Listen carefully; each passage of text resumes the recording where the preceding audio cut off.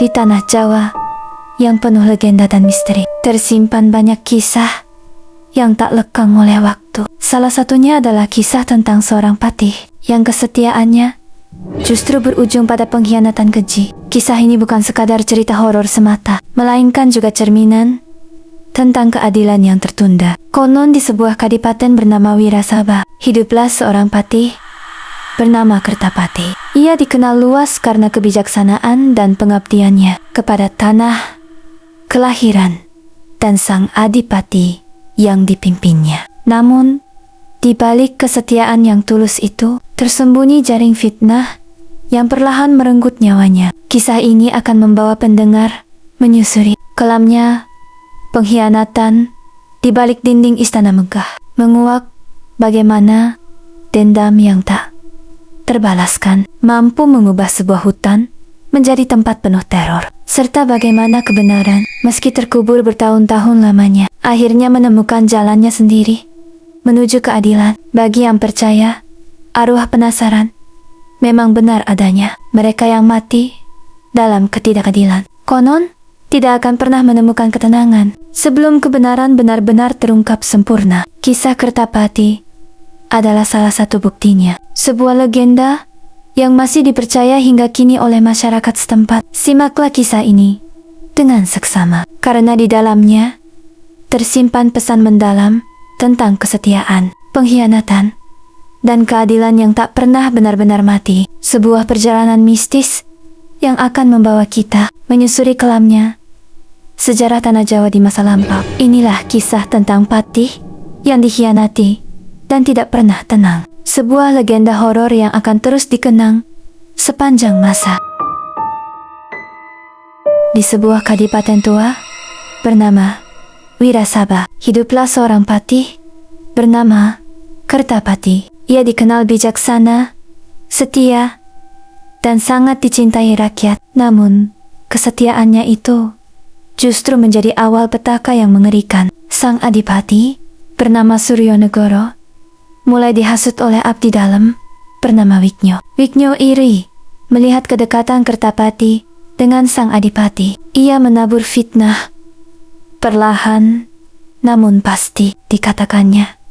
Kertapati berniat merebut tahta dan bersekongkol dengan kadipaten seberang. Suryonegoro yang mudah percaya mulai menaruh curiga. Setiap malam ia gelisah memikirkan kesetiaan patihnya. Wiknyo terus membisikkan racun kata hingga akal sehat sang adipati tertutup sepenuhnya. Pada suatu malam kelam, Kertapati dipanggil menghadap. Ia datang dengan hati tulus, tanpa curiga sedikit pun. Namun di ruangan itu telah menunggu para prajurit bersenjata. Tanpa sempat membela diri, Kertapati ditangkap dan dituduh berkhianat. Ia diseret ke hutan larangan, tempat yang dahulu ia jaga sendiri. Di bawah pohon beringin tua, ia dieksekusi tanpa ampun. Darahnya membasahi akar pohon itu sebelum tubuhnya dikubur sembarangan. Sebelum nafas terakhirnya, Kertapati mengucap sumpah. Ia bersumpah tidak akan tenang sebelum pengkhianatan itu terbalaskan. Angin malam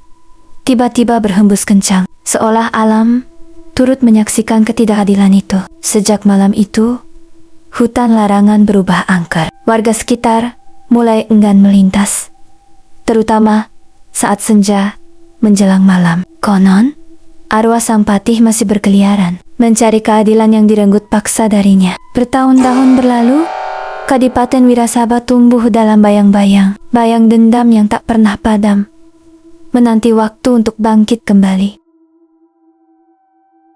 10 tahun telah berlalu sejak kematian Kertapati yang tragis. Kadipaten Wirasaba kini dipimpin oleh putra Suryonegoro bernama Adipati Hardono. Ia tumbuh tanpa mengetahui kekejaman yang pernah dilakukan ayahnya dahulu. Wiknyo, sang penghasut licik, kini telah menjadi tetua istana. Kekuasaannya semakin besar, pengaruhnya semakin mengakar dalam. Namun usia tua tak menghapus dosa yang pernah ia tanam dahulu kala. Setiap malam, Wiknyo selalu bermimpi buruk. Ia melihat sosok berjubah compang-camping berdiri di ujung ranjangnya. Wajah itu penuh luka menganga, matanya kosong namun menatap tajam. Ia yakin itu adalah Kertapati, datang untuk menuntut balas. Di sisi lain, Kadipaten, hiduplah seorang gadis bernama Retno Wulan.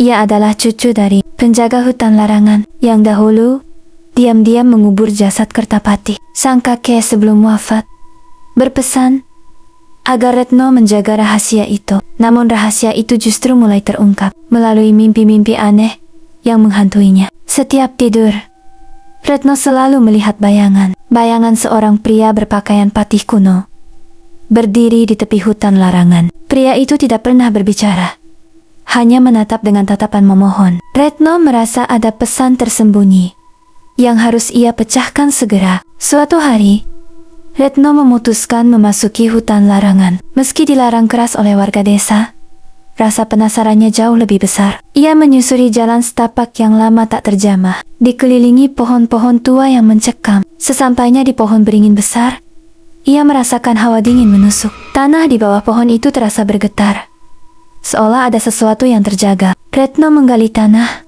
dengan tangan gemetar hingga menemukan sepotong kain lusuh berlumur darah kering. Saat kain itu tersentuh tangannya, tiba-tiba pandangannya menjadi gelap. Ia melihat sekelebat masa lalu, malam pengkhianatan yang mengerikan itu. Ia menyaksikan wajah Kertapati yang penuh darah, mengucap sumpah dengan suara serak menggema. Retno tersadar dengan tubuh lemas. Keringat dingin membasahi seluruh badannya. Ia menyadari bahwa dirinya telah dipilih untuk mengungkap kebenaran yang lama terkubur. Sejak hari itu, kehidupannya tidak pernah sama. Diselimuti teror dari masa silam yang haus keadilan. Di istana, Wiknyo semakin gelisah tanpa sebab jelas. Bayangan Kertapati semakin sering muncul. Bahkan di siang hari sekalipun, ia mulai merasa bahwa waktu pembalasan sudah semakin dekat. Malam semakin larut di Kadipaten Wirasaba. Namun Retno Wulan tak bisa memejamkan mata. Kain lusuh berlumur darah itu kini tersimpan di dalam kamarnya. Entah mengapa, ia merasa enggan membuangnya, seolah ada ikatan tak kasat mata. Di tengah keheningan malam, angin tiba-tiba berhembus kencang. Pintu kamarnya berderit perlahan terbuka. Meski tak ada seorang pun membukanya, Retno bangkit dengan jantung berdegup kencang, menatap kegelapan yang menyelimuti ruangan. Di sudut kamar, muncul bayangan samar berdiri. Semakin lama semakin jelas terlihat sosok pria berjubah patih compang-camping. Wajahnya penuh luka lama menganga, namun matanya menatap penuh kesedihan mendalam. Retno ingin berteriak, namun suaranya tercekat sempurna. Sosok itu perlahan mengangkat tangannya, menunjuk ke arah luar jendela. Arah yang sama, menuju hutan larangan yang mencekam itu. Bayangan itu kemudian menghilang perlahan, meninggalkan hawa dingin yang menusuk tulang. Retno terduduk lemas di lantai, menyadari bahwa arwah itu ingin sesuatu yang berkaitan dengan tanah kelahirannya dan rahasia kelam masa lalu. Keesokan harinya, Retno mendatangi sesepuh desa bernama Mbah Wongso. Lelaki tua itu dikenal memahami banyak kisah lama, termasuk tragedi yang menimpa sang patih. Dengan suara bergetar, Mbah Wongso mulai bercerita perlahan. Ia mengungkapkan bahwa Kertapati sebenarnya tidak bersalah. Fitnah keji dari Wiknyo lah yang menyeretnya pada kematian tragis. Mbah Wongso juga menyebutkan bahwa ada saksi bisu peristiwa itu, sebilah keris pusaka milik sang patih yang hilang sejak malam pembantaian. Konon keris itu menyimpan kekuatan tersembunyi, mampu mengungkap kebenaran yang tersembunyi lama. Barang siapa menemukannya akan dituntun langsung oleh arwah sang patih menuju keadilan yang telah lama dinanti. Mendengar kisah itu, Retno semakin yakin akan takdirnya. Ia harus mencari keris pusaka tersebut, meski nyawa taruhannya sekalipun. Malam itu juga, ia bertekad kembali memasuki hutan larangan yang angker. Sementara itu, di istana, Wiknyo semakin dilanda ketakutan mencekam. Setiap sudut ruangan terasa dipenuhi bisikan yang menyebut namanya. Berulang kali, ia mulai sadar bahwa dosa masa lalu tak bisa disembunyikan selamanya. Ketakutan itu perlahan berubah menjadi kegilaan, menggerogoti jiwa Wiknyo yang penuh dosa. Balas dendam sang patih kini semakin mendekati puncaknya.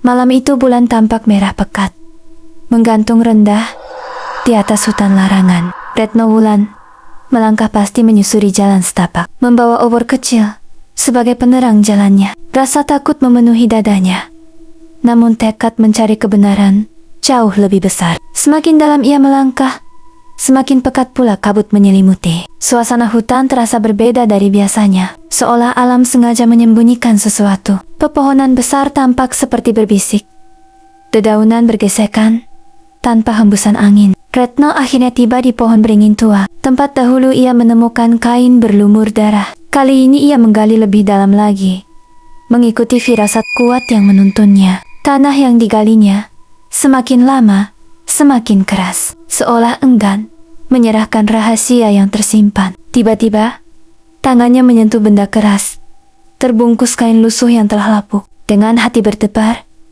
ia mengangkat benda itu perlahan. Ternyata benar, sebilah keris kuno tergenggam di tangannya. Begitu keris itu tersentuh cahaya obor, tiba-tiba suasana hutan berubah drastis. Kabut semakin tebal mengelilingi tempat itu, dan suhu udara turun secara mendadak. Retno merasakan hawa dingin luar biasa menjalar dari ujung kaki hingga kepala. Di hadapannya perlahan muncul sosok Kertapati. Kali ini terlihat lebih jelas dari sebelumnya. Wajahnya masih menyimpan luka mendalam, namun tatapannya kini terasa lebih tenang. Ia seolah mengucap terima kasih tanpa kata, karena keris pusakanya akhirnya ditemukan kembali. Sosok itu kemudian menunjukkan bayangan masa lalu, memperlihatkan wajah Wiknyo dengan jelas. Retno menyaksikan bagaimana fitnah itu dirangkai. Kata demi kata penuh kelicikan tersusun rapi. Kebenaran yang selama ini tersembunyi kini terungkap sempurna di hadapannya. Setelah menunjukkan semua itu,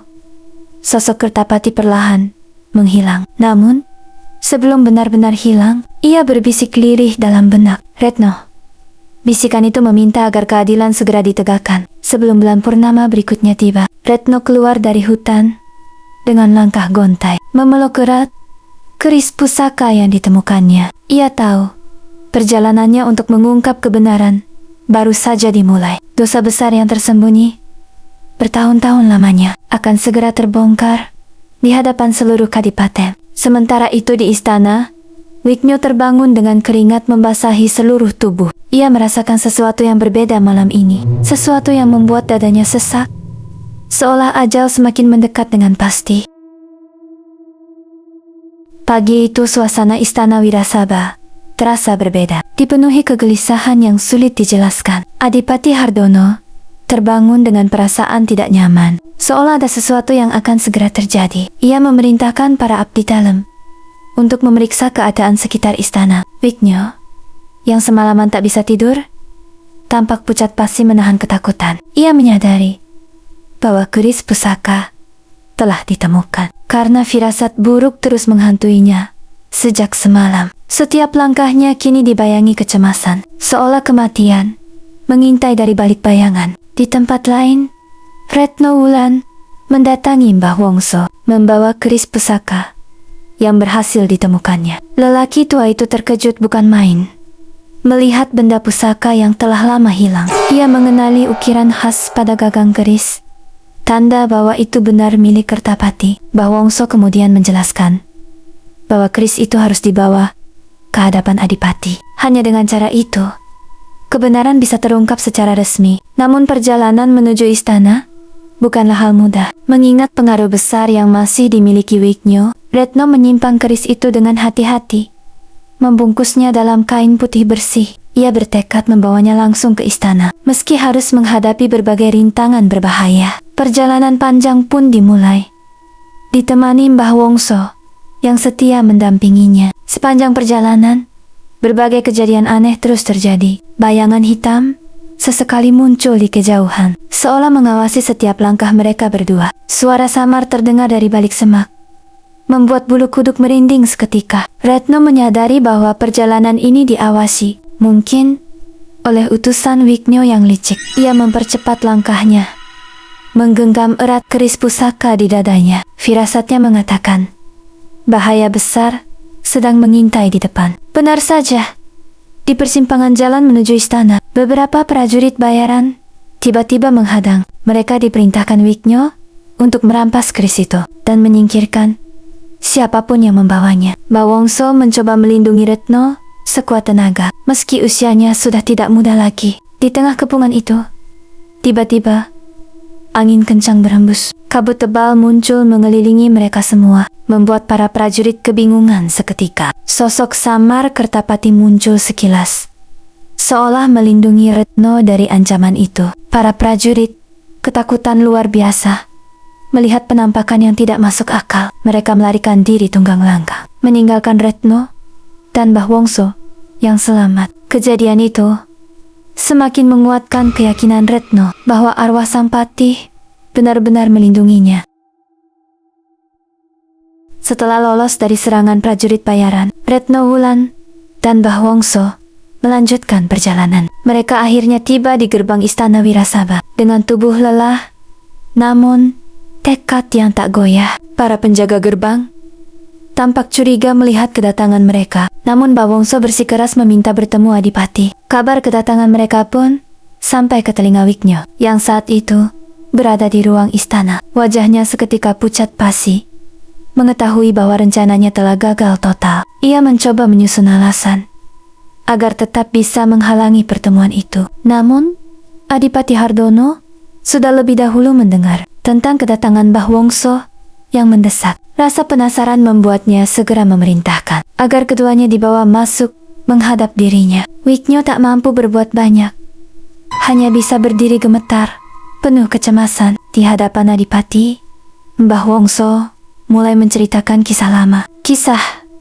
tentang pengkhianatan keji terhadap Kertapati, patih setia yang dahulu difitnah tanpa bukti jelas. Ia juga menunjukkan keris pusaka yang dibawa Retno sebagai bukti kuat kebenaran ceritanya. Hardono terdiam mendengar penjelasan itu.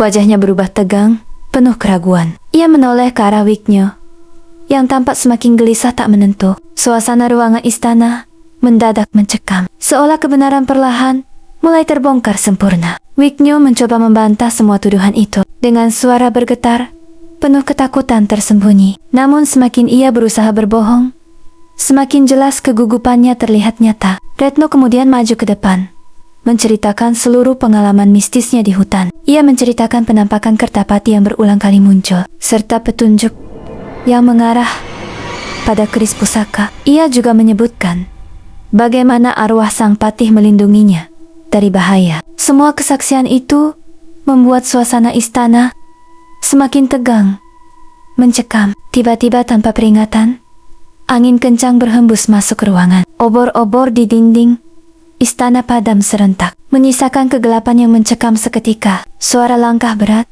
terdengar mendekat perlahan, membuat semua orang di ruangan itu membeku ketakutan. Dari kegelapan muncul sosok Kertapati dengan jelas. Wajahnya penuh luka lama, matanya menatap tajam ke arah Wiknyo. Wiknyo menjerit ketakutan luar biasa, terjatuh ke lantai sambil merangkak mundur. Sosok itu perlahan mendekat, mengangkat tangannya yang dingin. Wiknyo terus meracau tak jelas, mengakui semua dosa yang pernah dilakukannya. Pengakuan itu terdengar jelas oleh seluruh orang yang berada di ruangan istana malam itu.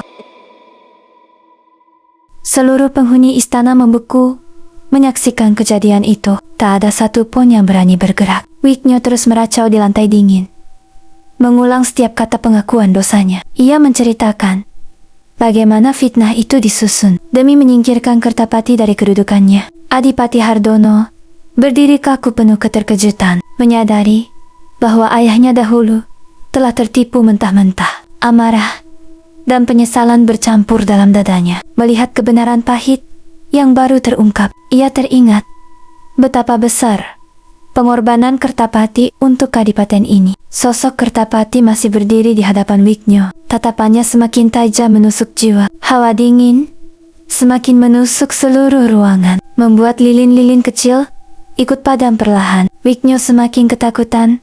Tubuhnya gemetar hebat tak terkendali. Retno Wulan yang menyaksikan semua itu merasakan getaran aneh dari keris yang dipegangnya. Keris pusaka itu tiba-tiba bercahaya redup, seolah merespons kehadiran arwah sang pemiliknya. Ia menyadari keris itu adalah kunci penutup dendam ini. Mbak Wongso segera membisikkan sesuatu kepada Retno, meminta agar keris itu diserahkan kepada sosok Kertapati. Dengan tangan gemetar, Retno melangkah maju perlahan. Ia mengangkat keris itu tinggi, mempersembahkannya kepada arwah yang telah lama menunggu. Begitu tangan sosok itu menyentuh keris pusaka, cahaya terang tiba-tiba memenuhi ruangan. Wajah Kertapati yang penuh luka perlahan berubah tenang dan damai. Namun sebelum benar-benar pergi, ia menatap Wiknyo untuk terakhir kalinya. Tatapan itu bukan lagi kemarahan, melainkan kesedihan mendalam yang tak terucap. Ia seolah berkata bahwa dendam ini bukan tentang balas-membalas semata, melainkan tentang keadilan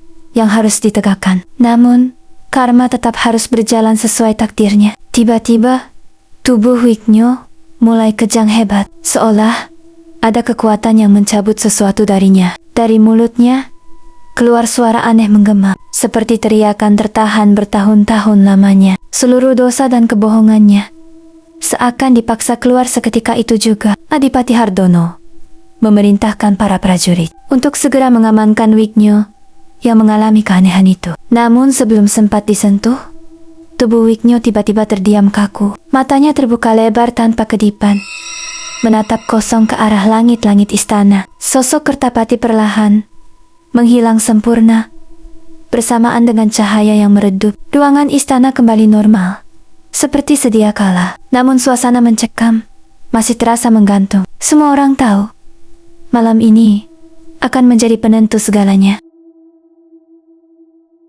Keheningan mencekam menyelimuti seluruh istana Wirasaba. Setelah tubuh Wiknyo terdiam kaku di lantai, para tabib istana segera diperintahkan memeriksa keadaannya. Namun mereka hanya menggeleng lemah, tanda ketidakberdayaan. Wiknyo masih bernafas, namun jiwanya seolah telah pergi entah kemana. Adipati Hardono berdiri termenung memandangi kejadian itu. Hatinya dipenuhi campuran rasa bersalah dan kelegaan. Ia menyadari kadipaten yang dipimpinnya selama ini berdiri di atas kebohongan besar. Malam itu juga, ia memutuskan untuk meluruskan sejarah kelam tersebut. Retno Wulan masih berdiri terpaku, menggenggam sarung keris yang kini telah kosong. Keris pusaka itu telah menghilang bersama cahaya terang, seolah tugasnya telah selesai sepenuhnya. Mbak Wongso menepuk pundaknya pelan, memberi isyarat bahwa semua telah berakhir dengan baik. Namun,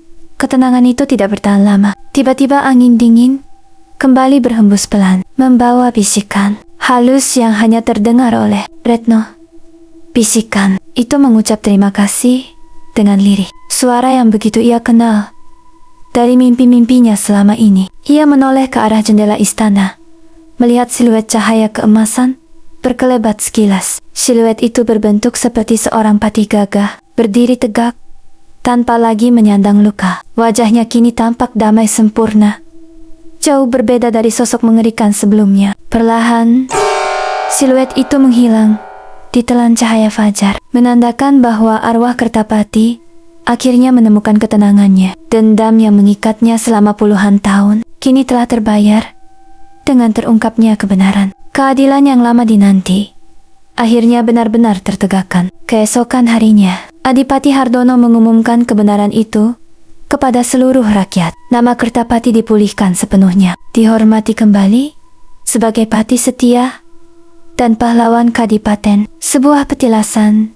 didirikan di hutan larangan, tepat di bawah pohon beringin, tempat ia dahulu dikubur. Wiknyo sendiri tidak pernah pulih dari keadaannya. Ia menghabiskan sisa hidupnya dalam diam membisu, terkurung dalam kegilaan akibat dosa masa lalunya. Banyak yang percaya jiwanya telah direnggut sebagai bagian dari karma yang setimpal. Hutan larangan yang dahulu angker, mencekam, perlahan berubah menjadi tempat yang tenang dan damai. Warga sekitar mulai berani melintas kembali, bahkan menjadikannya tempat berziarah dan mengenang jasa sang patih. Kisah pengkhianatan itu dijadikan pelajaran turun-temurun bagi generasi berikutnya. Retno Wulan kemudian dipercaya menjaga petilasan tersebut, meneruskan tugas mulia yang dahulu diemban kakeknya. Setiap malam Jumat Kliwon, konon masih tercium aroma dupa harum tanpa sumber jelas, tanda bahwa sang patih selalu mengawasi tanah yang dahulu ia bela dengan nyawanya. Kisah Kertapati.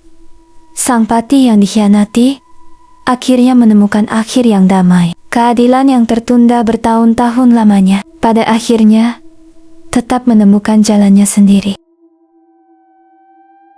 Bertahun-tahun berlalu sejak malam penuh keajaiban itu. Kadipaten Wirasaba tumbuh menjadi negeri yang tentram. Adipati Hardono memerintah dengan bijaksana, selalu mengingat pelajaran pahit dari masa lalu ayahnya. Ia bersumpah tidak akan pernah membiarkan fitnah dan kelicikan merusak keadilan di tanahnya. Petilasan Kertapati kini menjadi tempat yang dihormati, dikunjungi banyak orang dari berbagai penjuru daerah. Mereka datang bukan karena takut, melainkan untuk memberi hormat dan mendoakan. Pohon beringin tua yang dahulu menyaksikan kematiannya kini tumbuh semakin rindang dan teduh. Retno Wulan telah tumbuh menjadi wanita parubaya, masih setia menjaga petilasan hingga akhir hayatnya. Ia mewariskan kisah itu kepada anak cucunya agar kebenaran tak pernah terlupakan oleh waktu. Setiap generasi diajarkan bahwa kesetiaan sejati akan selalu menemukan keadilannya.